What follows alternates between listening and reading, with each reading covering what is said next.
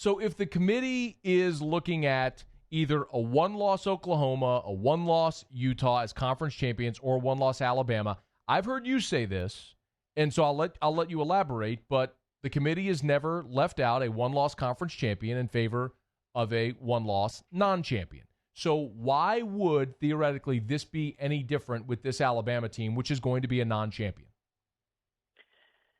I don't know that it would be different with Alabama. That's the thing. This question, we've been talking about this all week on ESPN, and the truth is it's really hard to answer without seeing Mac Jones against ranked competition.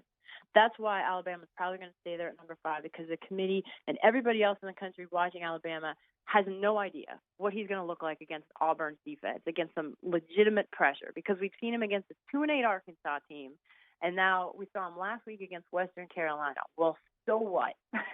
He's got to go, and he's got to beat a ranked Auburn team. And, yes, he's surrounded by an talented cast of characters. But at the same time, it goes back to the committee's protocol, and people forget that. If you are not a conference champion, which Alabama will not be, you have to be, quote, unequivocally one of the 4 best teams in the country. And Alabama has to prove that against a 3-loss Auburn team.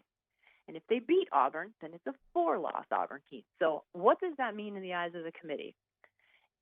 I mean, then they have to, if they don't think that Alabama is no doubt heads and shoulders above all those other Power 5 conference champions that we're talking about, then the tiebreakers come into play.